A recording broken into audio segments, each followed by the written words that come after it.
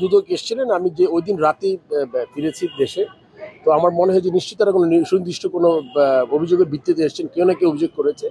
And আমার মনে হয় যে বোর্ড থেকে এটা সর্বাত্মক সহযোগিতা করা হবে, যা যেই কাগজ তারা চেয়েছেন। আমাদের অলরেডি কাজ শুরু করেছে আমাদের সিইও, তাকে আমি বলেছি যে ওরা যে যা যা কোয়েরি দিয়ে গেছে ওটাকে যাতে ফুলফিল করে, এটা এক। আর এই মুহূর্তে এক্স্যাক্টলি বলা যাবে না এক্স্যাক্টলি তারা কি অনুসন্ধানটা কতদূর, ওনারা সময় বলে দিবে এই কতটা অনুসন্ধান হবে।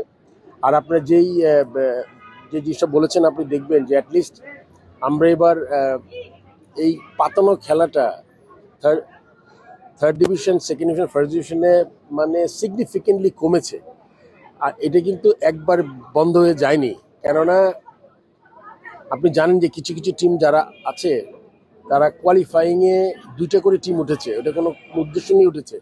এই টিমগুলোকে আপনি মনে করেন যে তারা যে খেলাগুলা খেলছে, এখনো কিছু খেলা থাকবে, বাট আমাদের অত্যন্ত দৃষ্টি থাকবে। আপনি জানেন পাতনা খেলা হলে ওই খেলার কোনো দিন আপনি ভালো প্লেয়ার পাবেন না, বিকজ আপনার বেস্ট প্লেয়ারকে আপনি বলবেন আজকে ডাক করে আউট হতে, আপনার বেস্ট বোলারকে বলবেন আমরা ওয়াইড নো করে উইকেট না নিতে।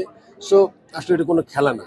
সো এইটা আমরা চেষ্টা করবো যাতে আমরা এটা সময় লাগবে আমাদের। আমার মনে টেকনিক্যাল কমিটি একটা কমিটি আছে, আমি এসেছি 2-3 দিন হয়েছে। এর মধ্যে আমরা চেষ্টা করবো এটার একটা ইনভেস্টিগেশন করে, যেটা হয় যদি ইনভেস্টিগেশনে কিছু পাওয়া যায় ডেফিনেটলি শাস্তির ব্যবস্থা করবো আমরা।